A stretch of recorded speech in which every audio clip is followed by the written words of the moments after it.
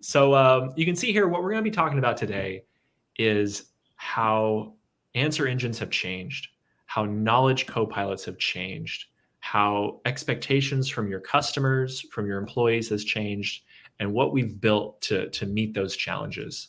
This is kind of just an overview of the agenda here, where this is what we're really going to talk about is what that ideal solution looks like.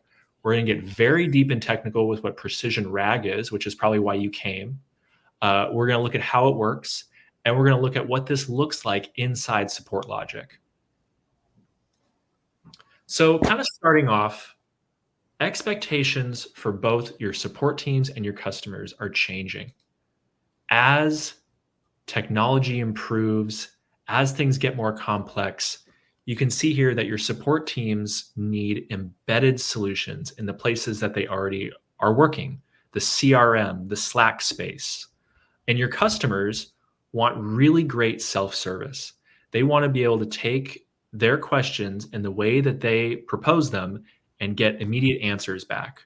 No longer are customers looking for a list of search results to comb through, wondering if the right answer is there or not, right? The market has really changed on these expectations of what both agents and customers are looking for. Wouldn't you say, Sariel? Yeah, absolutely. I think, once ChatGPT came out and people understood the power of AI, of Gen AI, I think one of the immediate consequences of that was understanding that customer support is going to change, and customers are expecting a better experience in finding the knowledge they want. And I think it's been an interesting 2 years since in how that played out, and where the technology is going in enabling that experience, specifically on the more complex side of customer support. Awesome take on that. So one thing I forgot to talk about at the top of the call, we're running a contest on these webinars. And if you've been with us before, you know about this contest. When a GIF shows up on the screen, in the chat, the first person to name the movie that this GIF is from is going to get an Amazon gift card from us. So this is a point in the webinar where we're going to pause for a quick moment because I know what's coming up. And I invite you to name that GIF. We have a bit of a science theme today because we're talking to Anna, who is an awesome scientist. And so all of these are going to be science-based, just as a little hint. So here's our first one. And I'm going to look to the chat and see who can name. There we go. Chris, on it like you knew it before it came up. I'm amazed. That was so fast. Nice job. I don't think I can type that fast. That's great. So let me click away on that, and we can kind of get back to your regularly scheduled program. So now let's talk about looking at the challenges and what the ideal solution is from these challenges, right? We know that from these messy data sources, we want immediate answers where folks are already working. We want them to be asked by technical experts that know what they're looking for, but also customers. And we want all that to happen from support cases, from bug tracking software like Jira. Sariel, is this right? Is this kind of how you approached solving this originally? Is this kind of the problem statement? Yeah, absolutely. So I noted that really where the game is still really being played is in the more complex scenarios of customer support. Yeah, the reason is in those scenarios, it's not just a simple list of frequently asked questions that need to be solved. It's usually very intricate issues dealing with multiple options of different products and versions, and the customers don't necessarily know what they're searching for, how to keyword their way to it. Even technical experts will be having a hard time, and usually they're doing it as part of solving the issue in the case. And the main knowledge sources, from what we've been seeing in many of these companies, the main knowledge sources are not nicely organized article knowledge bases, but rather all the past cases that the company has already dealt with. That's the main resource that can really bring up answers to these questions and possibly next steps. So past cases, Jira, all the areas where work has been done on these issues. And that's really what's setting apart the serious technology that can really take Gen AI and enable it in an enterprise setting from many other solutions and vendors out there that don't really know how to deal with that level of complexity. That makes a lot of sense. At this point, what I want to do is throw a few polls at the audience. So we're going to launch poll number 1 right now about the knowledge base that you have existing for your team. Do you have a dedicated knowledge base for your employees right now? And we're kind of looking at the answers as they come in. And it looks like it's a mix. Some teams have a dedicated knowledge base, some don't. So it sounds like there's a real possibility there for teams to leverage messy data, build knowledge base articles off of success, but they can get started with Precision RAG without having that knowledge base completely formed and completely ready, which is cool. So another poll I want to kind of launch after this is, does your current knowledge base use AI to generate answers? Is this a knowledge base with a simple search on top? Is this a knowledge base that's using an AI component to it? I'd love to hear about that as well.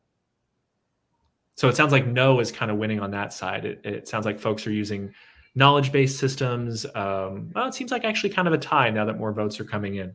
So a third question for you, we're going to get all the polls kind of wrapped up in one swoop. Are you using the information in your support tickets as a knowledge source? That's our third poll. And I'd love to kind of see how the room feels about that one as well.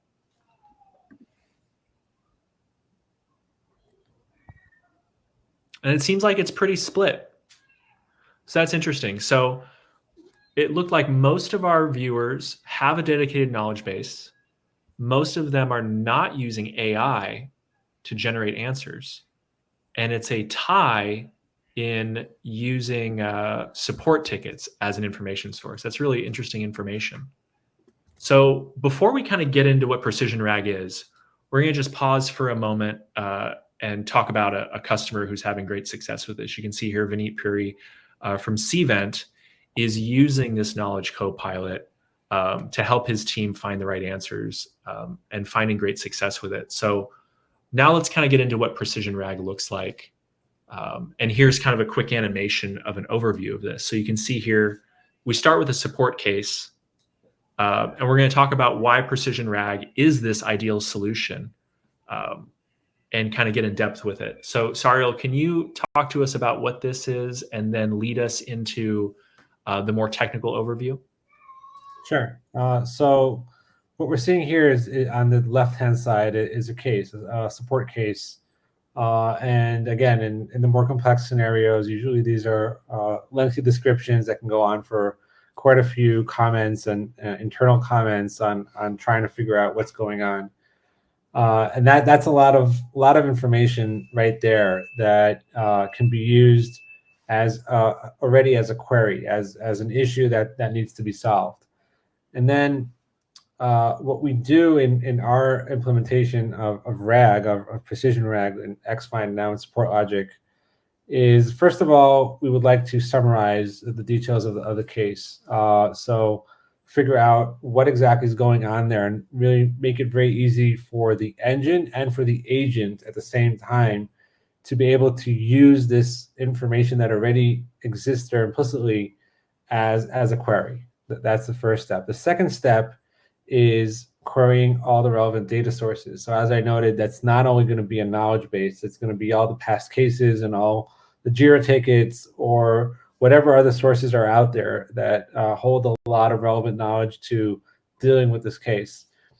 And that really, this is something that is not obvious to many people, really implementing Gen AI in an enterprise setting really comes down to how good your search engine is, rather than necessarily how good the large language model can then provide an answer. It really, the search engine is a critical element in being able to retrieve the specifically relevant items and the specifically relevant parts of those items to feed to a large language model to generate an answer. And then once we've done that, then we can generate an answer.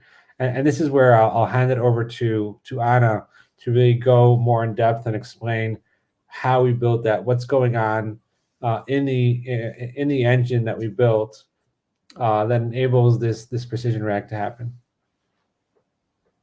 Okay, so RAG is essentially, as you probably know, retrieval augmented generation, where retrieval comes as a critical part of this process, because if we are giving to the large language model, to the generative model, an incorrect piece of text to answer from, then the answer, of course, is not going to be correct, and it will hallucinate sometimes in very hilarious ways. So our main objective here is to get the most accurate piece of text for the retrieval, for the generative LLM. So we're starting by ingesting all the different knowledge sources in the company. We have a very, very flexible ingestion pipeline, which allows us not only process the data and clean it, but also model it, because in an enterprise, categories, different products, different versions, they mean a lot. Like an answer could be completely different if I'm talking about product A or if I'm talking about product B. So we have a very, very flexible modeling procedure that allows us to fit ourselves to any type of data, any source, and build for us an index to work with.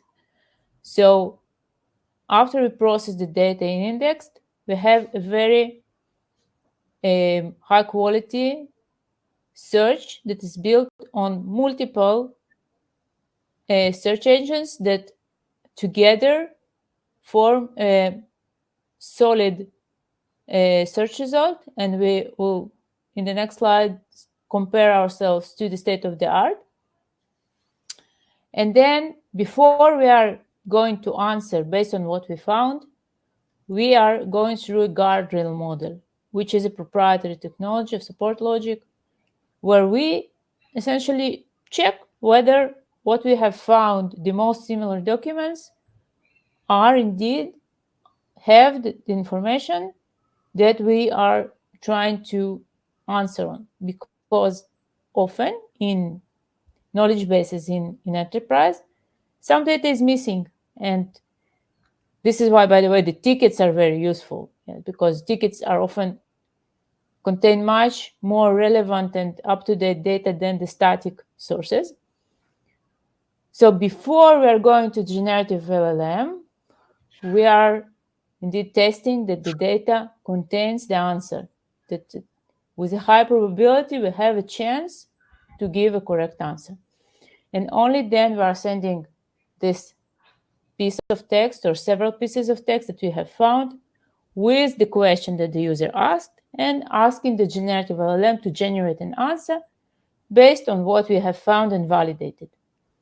After the user gets the answer and the reference to the piece of text, to those documents from the company knowledge, so he could verify that indeed we have fetched the correct data, so he could validate what the generative LLM gave him, then he could feedback and give us some additional way to improve ourselves, to improve the search, to improve the guardrails. So the system could improve over time. So this is the basic structure of precision RAG, which is emphasizes on search quality and on verification and feedback. That makes a lot of sense. It's coming in, you're processing the language from the query, you've got guardrails, you've got filtering going on with the knowledge sources, you've got this feedback loop that's making everything improve over time. It's a very exciting system. And I know in a second you're going to get into some results when you tested this against a very popular alternative. Before we we do that. We've got another competition here, and I'd love to see if folks know what this one's from. Here's another scientist looking shocked. Is kind of my theme for the day. Yep, Zach's got it. Jurassic Park, good job. All right, and then I can click that off the screen. And Anna, I'd love to hear about this study against OpenAI and the success that you saw with the Precision RAG engine that you built. So here we wanted to eventually test to evaluate our search against one of the most popular state-of-the-art embedding models, which is available on the market, which is OpenAI ADA embeddings, and which is indeed quite powerful way to provide search abilities. So we compared them on 4 corpora, 4 collections. We created those collections. So in order to test a search engine, you need a set of queries and a set of documents that are relevant to those queries. So we have used a technique also used by Google to create a benchmark where we take a document from a collection, we will sample a passage from this document, and then we create a question from this passage. And now we are doing the reverse engineering. We are trying to find, given that question, the document that it was originated from. So this document is the relevant document we are searching for. Now we have here 4 different collections. The first 2, Ember and Owl Labs, these are based on the knowledge bases of companies which have data that is quite common, not very complex, not very narrow specific lingo. And the last 2 ones, 8x8 and Waters, these are 2 companies that have like a more sophisticated knowledge that is less common to the overall average information on the web.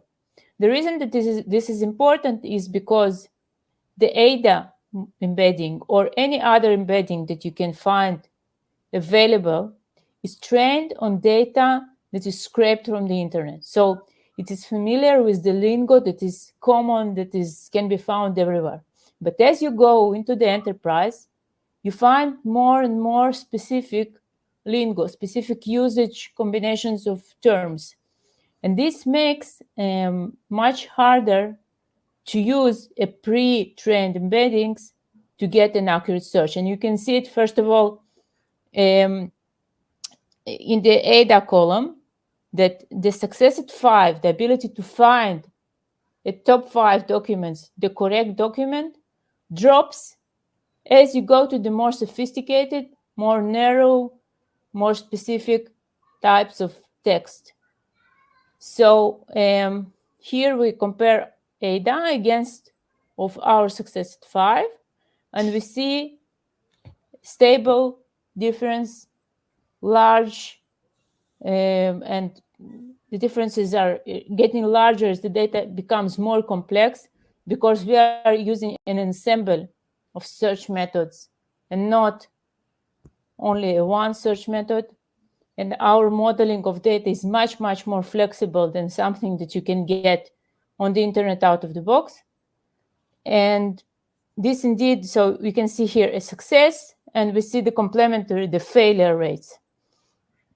So this is a crucial difference, because as you give to the generative language model, the one that you want to generate an answer, the correct piece of text, the more likely you are to get a correct, clean answer. So this is basically the benchmark. Thank you, Anna. That's really interesting to hear about this technology and how well it's working. Now that there's this engine behind this knowledge copilot, it's really interesting to kind of look at the spectrum of folks that this can help, right? Sariel, could you walk us through all of these use cases? And I know in just a moment, we're going to get into what these actually look like in the product. But if you could kind of show us how every one of these groups in an organization benefits, I think that'd be great.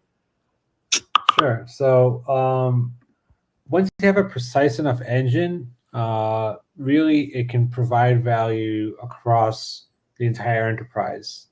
And starting from the left, we're starting with the case flow. So the end customer, the one who really needs the solution, when they're coming in with their issue, whether it's in the portal or in a chatbot scenario, we want to be able to provide them with the answer right then and there based on their description of the issue. And then the support agent and the support manager, dealing with complex issues, and enabling them to solve them much quicker, reduce escalations. Many escalations happen just because no one knows that this has already been escalated in the past. Once you're able to find that historical Jira, and provide that information, it can remove a lot of those. And of course, the support aim in general, which is in general to reduce case volume and avoid lengthy cases unnecessarily. But then moving on to other areas of the enterprise. So in customer success, right, a lot of the same issues come up, whereas you want to be able to deal with new coming customer requests and issues based on historical work that you've done with other customers. So you want to be able to retrieve that information precisely based on a context of an account. In IT, very similar to support, you're trying to solve internal issues, and you want to be able to retrieve what's been done with them in the past. And even in product and engineering, right? If we're dealing with Jira or other types of issue systems, so when issues come up, when development questions arise, you want to be able to really to know what's been done in the past, how it's been approached. All that information, again, exists in the enterprise, is many times not very easy, not very efficient to reach and to find answers based on, and that's what a very precise engine can enable. Awesome, thanks for that.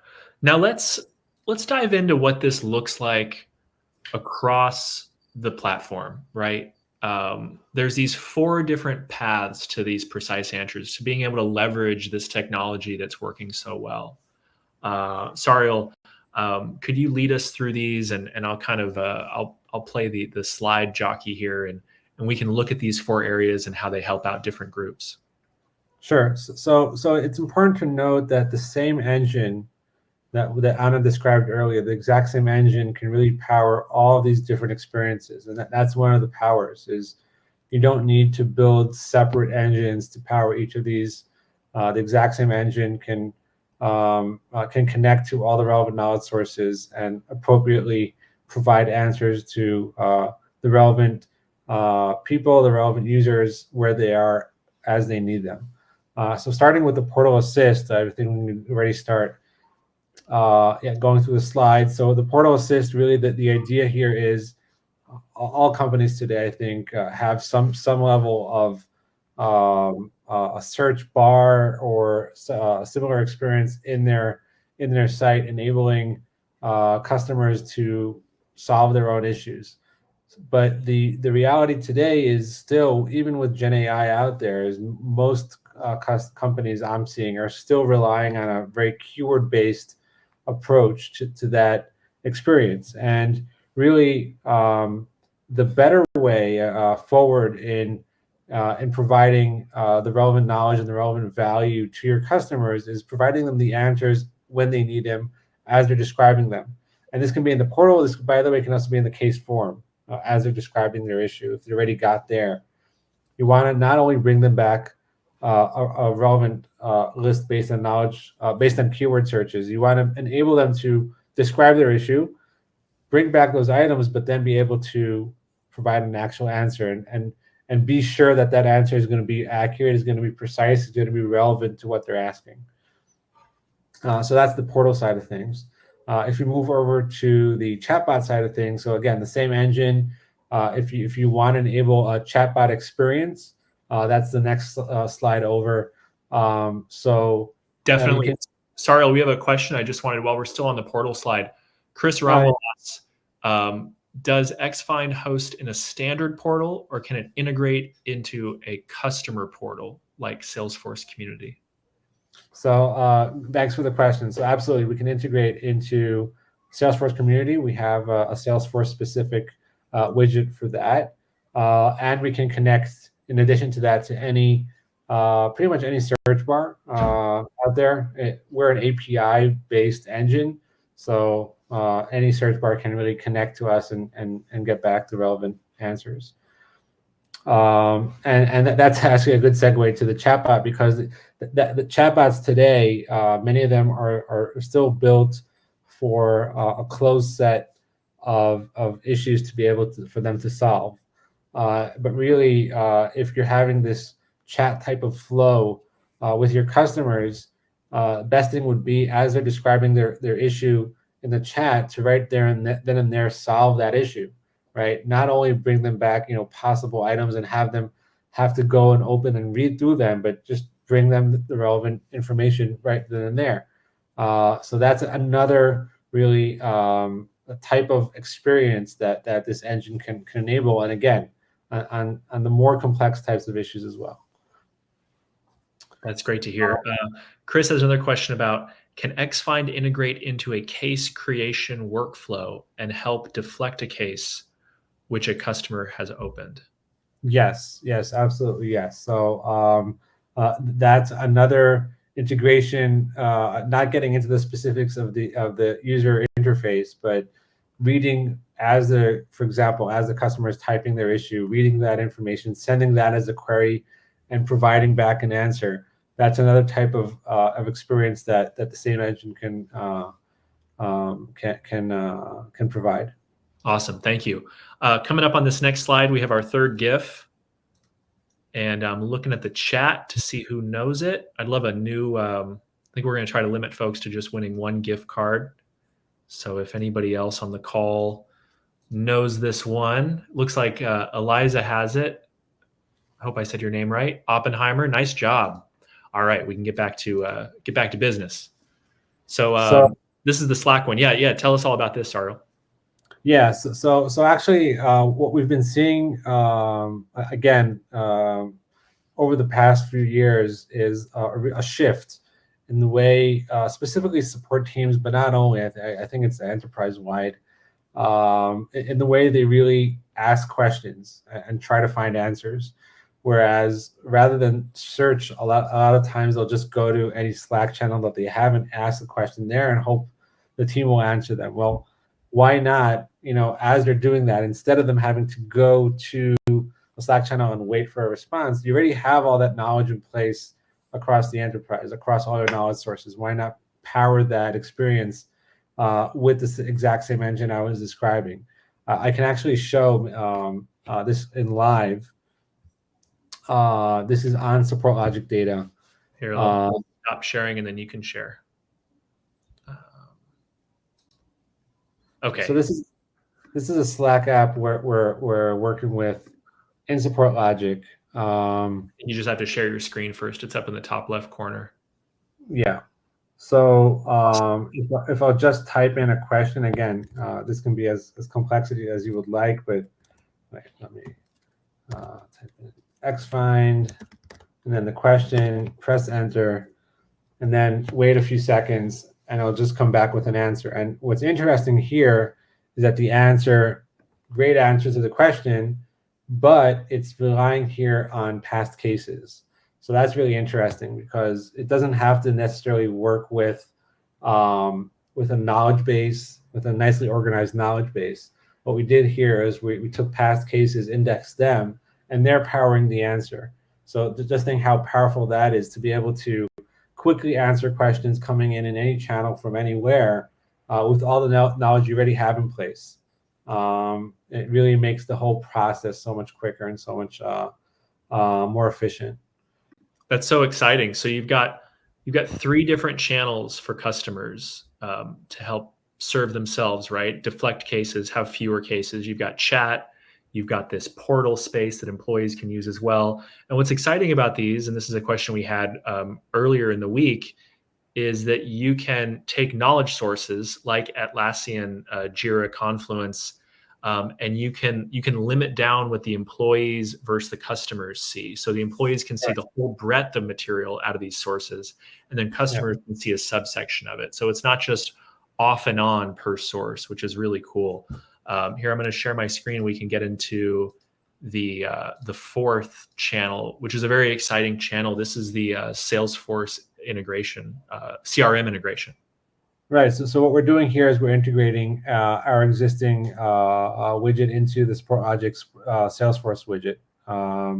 And so what we're doing here is a three-tiered experience for the agent as they're solving the case, taking away a lot of what's taking agents' time today, which is trying to search for knowledge and then read through the knowledge and try to figure out how that can help them on the case. So we're really doing a lot of the work for them. First step is summarize the case automatically. So take all the information in the case, subject, description, comments, metadata, and automatically summarize that into a nicely organized summary of what the problem is, what the symptoms are, what the next steps have already been discussed. And then based on that summary and all the information in the case, retrieve the relevant items, much like we did in the portal. So retrieve all the relevant items to the case. Again, our articles, past cases, Jira, whatever could be relevant. Again, that's happening automatically. Till now, the user did not have to do anything. The agent didn't have to type any query, didn't have to do anything. Automatically summarize the case, automatically retrieve the relevant items. And then the third step, which is the most exciting, is summarizing all that knowledge into either what the next steps based on past cases, for example, could be taken, or what the actual solution is, right? That has been already noted. So again, summarize the case, retrieve all the relevant information, and then summarize that information into what knowledge the agent needs to know right now as he or she are working on the case, taking a lot of that load away from the agents and enabling them just to work the case and provide the best experience to the customer. We've got a couple of questions from the listeners that I think would be great follow-up to what you're showing. Can Slack itself become a knowledge source from Slack channels? Absolutely, yes. So we can take channels, that are dealing with certain topics and index them as another knowledge source. So that is absolutely an option. Slack or Teams, of course. Awesome. And then another question that we have here from Zach. Tickets over time, information that gets stale.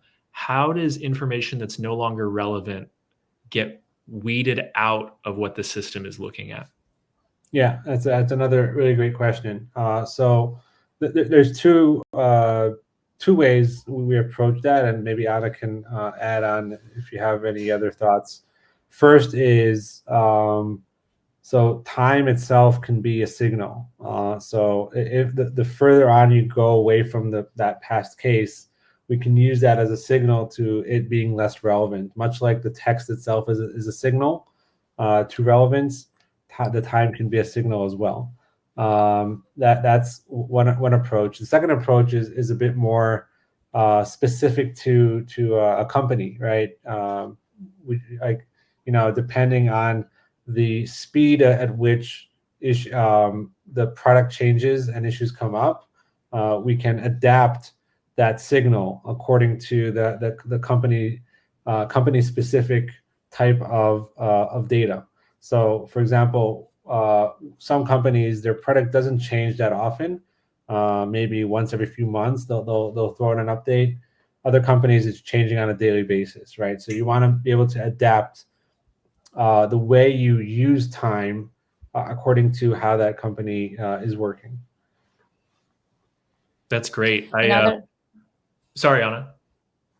Yeah, another thing that with respect to outdating, as I mentioned before, we have very, very flexible ways to ingest data, and we are actually trying to index only data that is relevant. For example, if you have 2 teams and the system is like, and you have, of course, in the system tickets of several teams, but you are showing a specific team is working with SupportLogic, then we could limit the data we index only to the tickets of that team.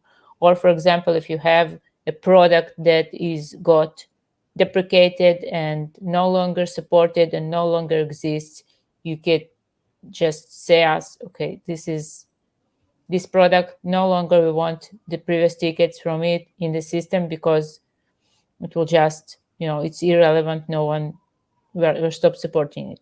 So the system, the ingestion pipeline is built in a way that's very, very easily customizable and adjustable. And the period of time we are looking back could be very easily changed, even conditionally. Like for a certain product, we take 3 years back. For another product, we take 2 months back. So we are very flexible about it. And as Cyril mentioned, we could also prioritize over time. Again, this is a bit more complex because the time and the relevance, they play some weight in the final ranking. And but most of our customers really doing great with the filters and the deprecation they define. That's awesome. Thank you both for jumping into these questions so much. And I think we answered Chris's last question about unconventional data sources. It sounds like that's a yes on ingesting non-standard knowledge sources. There's a question here from Eliza, and I think it's a perfect transition into our next slide. She asks, how many Salesforce Agent Assist features do you offer from this list? So one of the big goals for SupportLogic is to be the complete tech consolidation of everything a support operations team needs. It's one of our main goals for the enterprise, right? For large companies, for medium-sized companies that are very serious about their support experience. This is the suite of use cases that we're really solving for. And I know there's a lot on this screen. You can see across here that we're tackling the major high-value elements in support operations efficiency. We've got a full suite of quality monitoring. And then in our agent productivity area, we are hitting on many of these same things of summarizing a case. And of course, we can update a case in our platform and in our plugin. Answering questions with knowledge is a lot of what we're talking about today. Querying records, of course. I'm kind of just looking at Eliza's question, answering these, and identifying the metadata out of the case. And what's so exciting is it's really an intelligence layer that sits on top of your CRM. So all of your data is pulled out, and then the sentiment and the products and the custom fields that you have in your CRM are all brought into SupportLogic and used for analytics and for looking at trends in your data and everything like that. So it's kind of a real, to pardon the cliche marketing term, it's a real supercharge for what you have now in your CRM. And what's great about it too is that it's working now for real customers. This is all stuff that works today. It's real world results that you can see on our website. So I hope that answers your question. And it kind of gives me a way to look at this slide and what we're presenting now with this new Knowledge Copilot. You can see here how it shows up for agents, it shows up for support operations, and then also in this new space for us, which is customer self-service with these portals that Sariel showed us. Just going to check the chat real quick in the Q&A before we move on too quickly. So folks, getting into one of our final slides here, you can see here that the Knowledge Copilot is really an enterprise-grade solution built for both support teams and customers, and you can see that this is why. Right? This is a precision RAG engine that is built for the support domain, for complex B2B support, and implemented successfully. If you go out online, you're going to see that there's some precision RAG do-it-yourself options out there that won't get you the same results that this does. It also helps you leverage the messy data that you have. So you don't have to come in with a completely formed knowledge base of articles that are being maintained by a team. You can leverage these different inputs, which is exciting. It also gives you very robust answers. So it's beyond just a list of search results that you have to kind of look through and determine whether or not there's anything right in there. One of my favorite parts about this is that it will tell you if there is no answer, which I think goes a long way towards establishing trust with the people who are using these systems. I'm sure we've all encountered search systems over the last 20 years that we don't tend to use a whole lot because they don't actually give you good results, and so you can't rely on them. Of course, Google will always give you a great result, but a lot of homegrown systems, a lot of internal systems aren't built with that same kind of resiliency and always bringing together a great answer. And then on top of all that is back to that tech consolidation piece where, this is really removing the strain on your IT resources. This is a business partnership. This is a fully managed solution that's part of the SupportLogic platform. Sariel, do you have anything to add on these? To your last point, I think one of the really points we've been hearing a lot is consolidation across the AI market in general and support specifically. Companies really are saying, if I'm purchasing an AI-based solution, I wanted to provide, and this goes to Eliza's question as well, I wanted to provide as much value as possible. Why do I have to deal with a whole bunch of them? And that's what really SupportLogic is doing, is enabling the whole thing under one roof. And yeah, going back to my point earlier, a lot of companies today are thinking of it as a build or buy. The whole AI, Gen AI idea, or the trying to build possibly their own internal solutions, assuming that they know best their knowledge, which is true on the one hand, but then on the other hand, really developing a robust solution that can really provide value. I hope one of the things that came across in this webinar is that it's not as simple as you would think, especially not when we're dealing with the level of complexity of many of these companies and their data. So it could take a whole lot of time and then still not provide the results. This really requires knowing what you're doing on a very deep level, especially on the search engine side, but not only, in order to build this out correctly. Yeah, awesome take. Folks, thanks for joining us. We've just got one more slide.